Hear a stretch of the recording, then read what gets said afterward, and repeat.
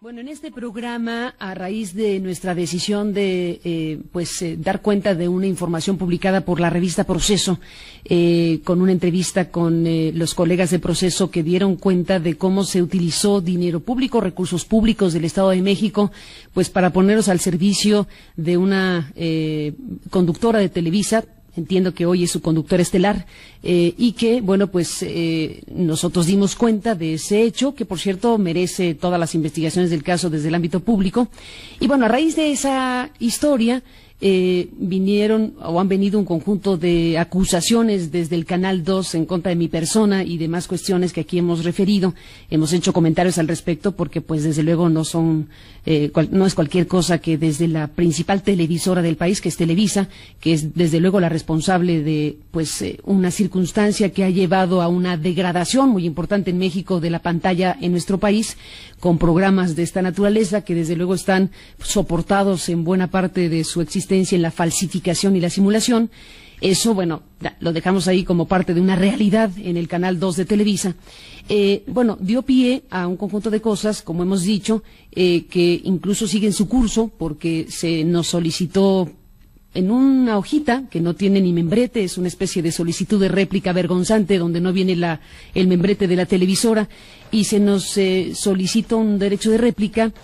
Nosotros ayer tratamos de contactar precisamente para atender esa solicitud de espacio de la conductora de Televisa, y dejó aquí un teléfono al que Kiren Miret, nuestra productora, llamó durante varias veces durante el día y nunca contestaron. Ese teléfono de la productora de este programa nunca contestó, así que pues está en veremos cuál es exactamente la solicitud. Queríamos confirmar que efectivamente fuera la firma de la conductora de Televisa, queríamos confirmar que eso hubiera ocurrido. No pudimos contactarlos después de varios intentos, y son varios telefónicos. Finalmente dejamos un mensaje a su productora, mensaje de texto que dice: buenos días, soy Kiren Miret, productora de Carmen Aristegui. ¿A qué hora puedo comunicarme vía telefónica con usted? Gracias y buen día. No ha habido respuesta al respecto, así que lo dejamos ahí, esta parte de la historia, que no es en este instante la más importante, pero lo doy ahí como seguimiento a una solicitud llegada a esta estación en una hojita sin membrete, en donde se pone el nombre de la conductora estelar de Televisa. Bueno, hasta aquí, punto y aparte. El tema nos ha llevado a recordar quién es el personaje que Televisa eligió para colocarla como su imagen, porque es la imagen de Televisa frente a la tragedia.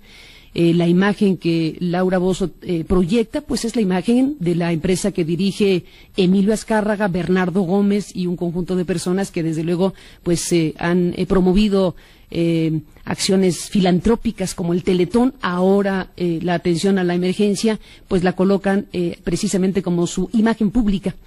Es un personaje que desde luego tiene una biografía y una historia muy compleja, relacionada fundamentalmente con una historia criminal. En Perú se llevó a cabo un proceso, y es muy de destacar de un país, en este caso Perú, logró procesar judicialmente un conjunto de ilegalidades, irregularidades, conductas absolutamente aberrantes para una democracia, en donde la maquinaria política de propaganda del régimen pues contó con el desvío de recursos que sirvieron para sobornar a congresistas, empresarios, a comunicadores, a medios de la llamada prensa chicha en Perú, que es esta prensa sensacionalista. Y en este entramado criminal, bueno, quedó ahí involucrada y procesada precisamente la conductora estelar de Televisa. Eso es muy sabido. Eso es absolutamente sabido, porque la historia de Perú, desde luego, está marcada por el encarcelamiento de quien fuera su presidente, Alberto Fujimori, el encarcelamiento de quien fuera la inteligencia detrás de Fujimori, que era Vladimiro Montesinos, un escándalo monumental de corrupción en Perú, que fue procesado apropiadamente por Perú, y que dentro de este entramado está este personaje que hoy es una figura estelar, gracias a las decisiones precisamente de la televisora que la invitó a participar en su Canal 2. Emilio Azcárraga y Bernardo Gómez y los demás que toman decisiones en la televisora la han colocado como su imagen pública frente a la tragedia nacional. Yo le aprecio muchísimo esta mañana a Julio Arbizu, que es un abogado, hoy procurador público especializado en delitos de corrupción de la República del Perú, que está de visita en México muy poco tiempo, estuvo aquí, tuvimos contacto con él, conversamos este fin de semana y yo le agradezco que lo que pudimos platicar el sábado pasado con este caso criminal de alto relieve que involucra a este personaje y que desde luego nos vuelve la mirada a lo que Perú sí hizo, es decir, procesar judicialmente las acciones de corrupción que desde los más altos niveles de la política se cometieron. Julio Arbizu, procurador, gracias por tomarme esta llamada esta mañana. Buenos días y bienvenido. Buenos días, Carmen, y muchas gracias por la llamada de la invitación. ¿Por qué no, procurador, nos cuenta precisamente esta historia? ¿Por qué no narra de qué está hecha esta historia que involucra a Alberto Fujimori, a Vladimiro Montesinos y en este caso a la hoy conductora estelar de Televisa? Bueno, Carmen, sí, en efecto tú lo has descrito bastante bien. La historia del Perú lamentablemente está atravesada por este decenio aciago en el que una organización criminal asaltó prácticamente todas las instituciones del Estado, pero no solo eso, sino que además extendió sus tentáculos hacia una serie de personajes privados, empresarios entre ellos, empresarios de televisión particularmente. Lo que hubo aquí es un desvío de fondos de las Fuerzas Armadas a lo que fue el Servicio de Inteligencia Nacional que estaba dirigido por Vladimiro Montesinos para que administrando esos fondos pudiese repartirlos a los diferentes actores que en suma lo que pretendían era lograr una nueva reelección del señor Fujimori, que ya se había reelegido previamente. En ese contexto, uno de los pagos que se hizo, que además quedó retratado en un vídeo, uno de los famosos Vladivideos, fue el pago que se hizo al dueño de la televisora en la que en ese entonces trabajaba la señora Laura Bozzo. Me estoy refiriendo a dos empresarios, a dos broadcasters de Canal 4. Pues bien, estas dos personas fueron condenadas en un proceso, se les abrió una causa por peculado y finalmente fueron condenadas. Hoy nosotros, desde la Procuraduría, instamos el pago de la reparación civil como indemnización por el delito cometido por estas personas. Pero en simultáneo se abrió una causa contra una serie de personajes, entre ellos esta señora Bozzo, por una serie de versiones relacionadas con que estas personas además habían recibido también dinero de Vladimiro Montesinos Torres. En el caso de la señora Bozzo se desestimaron una serie de entregas periódicas, se le acusaba de haber recibido más de $3 millones, pero quedó perfectamente probado, por ejemplo, que habiendo tenido la señora Bozzo una causa judicial ajena a estas que se le imputaban, desde el Servicio de Inteligencia Nacional y por orden de Vladimiro Montesinos, acudió un abogado a asistirla, pagó la caución que se le había impuesto en esa causa judicial. De hecho hay una serie de peritajes que acreditaron esa verdad y por ello fue condenada esta señora en primera y segunda instancia, en instancia definitiva por la Corte Suprema del Perú, por el delito de peculado. El delito de peculado, Carmen, es un delito grave de corrupción que supone una pena máxima de 8 años. Bueno, en el caso de la señora Bozzo, que había sufrido una prisión preventiva de carácter domiciliario, fue condenada a una pena suspendida, ¿no? Nunca pisó prisión. Pero esa es un poco en suma la historia judicial, ¿no? ¿Qué significa no pisar prisión? ¿Se hizo una especie de arresto domiciliario, de prisión domiciliaria? ¿Cuál es la figura legal en el Perú? En efecto, la señora Bozzo sufrió prisión domiciliaria, pero como una medida preliminar, antes de la condena. Es decir, una medida preliminar que lo que apunta es arraigar al procesado para evitar que huya o que eluda la justicia. Pero una vez que esta señora fue sentenciada, la condena puede ser a pena efectiva, y en ese caso tendrá que permanecer en prisión, tendrá que ir a una prisión, o puede ser suspendida por un tiempo. En el caso de la señora Bozzo, ella fue condenada a 4 años de pena privativa de libertad, suspendida.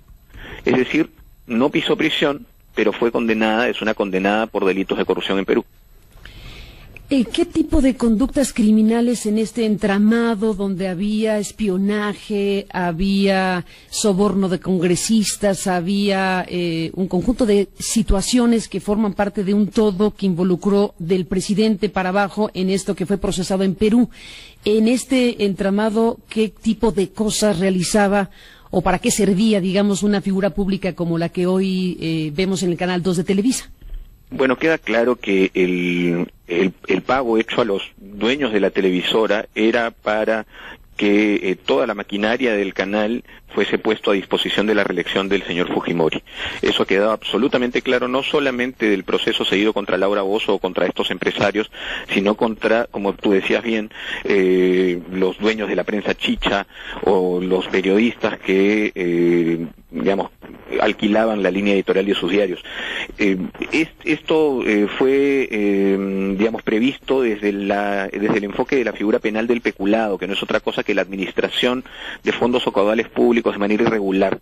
Si bien este es un delito que se atribuye únicamente a funcionarios públicos, lo que hicimos en Perú fue extender la figura de manera absolutamente legítima hacia los privados que actuaban en participación o en complicidad con estos funcionarios públicos.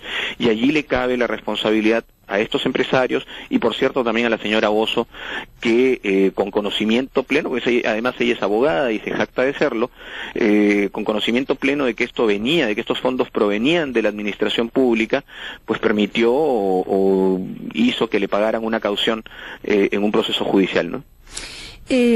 Alquilaban la línea editorial pagada con dinero desviado del gobierno peruano, de las Fuerzas Armadas, dinero de las Fuerzas Armadas desviado para actos de soborno, corrupción y compra de la línea editorial.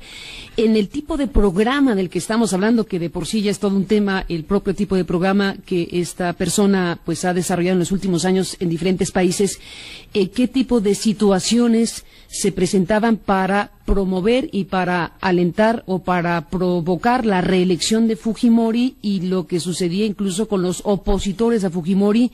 ¿Qué cosas sucedían dentro de ese programa?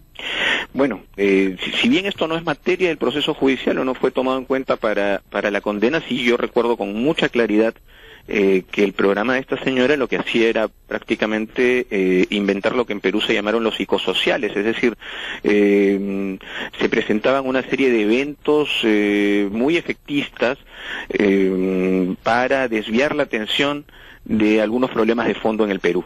Y por otro lado, pues lo que había... Para desviar problemas, es decir, había acción deliberada para desviar la atención pública hacia el escándalo y el teledrama. Pero deliberadamente. Absolutamente, y más allá del efecto denigratorio de muchas de las escenas que transmitió en esa época el Canal 4 a través de ese programa, lo que hubo fue sí una especie de campaña en favor de la reelección del señor Fujimori, elogios públicos, denuesto contra los opositores, pues sí, como te digo, a pesar de que esto no fue materia de fondo para la condena, pues yo lo recuerdo con mucha nitidez.